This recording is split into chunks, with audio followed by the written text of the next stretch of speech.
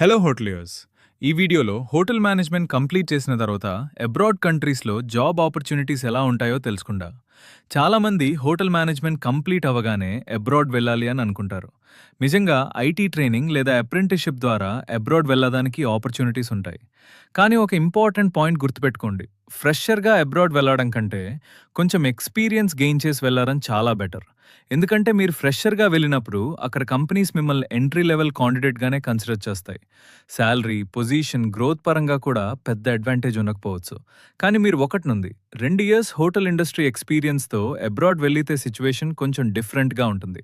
ఎందుకంటే అప్పటికే మీకు హోటల్ ఆపరేషన్స్ పై మంచి అండర్స్టాండింగ్ ఉంటుంది, గెస్ట్ హ్యాండ్లింగ్ ఎక్స్పీరియన్స్ ఉంటుంది, డిపార్ట్మెంట్ వర్క్ ఫ్లో గురించి క్లారిటీ ఉంటుంది, ఇండస్ట్రీ స్టాండర్డ్స్ పై నాలెడ్జ్ ఉంటుంది.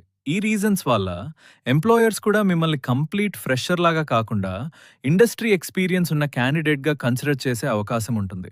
కాబట్టి అబ్రాడ్ వెళ్ళాలనే ప్లాన్ ఉంటే ముందుగా మినిమం 1 నుంచి 2 ఇయర్స్ ఎక్స్పీరియన్స్ సంపాదించడం మీ కెరియర్కి చాలా ప్లస్ పాయింట్ అవుతుంది. ఈ ఇన్ఫర్మేషన్ మీకు యూస్ఫుల్ అనిపిస్తే మీ హోటలియర్ ఫ్రెండ్స్తో షేర్ చేయండి. Thank you for watching. ఇలాంటి హోటల్ మేనేజ్మెంట్ మరియు హాస్పిటాలిటీ కెరియర్ టిప్స్ కోసం మన పేజ్ని ఫాలో చేయండి. See you in the next video.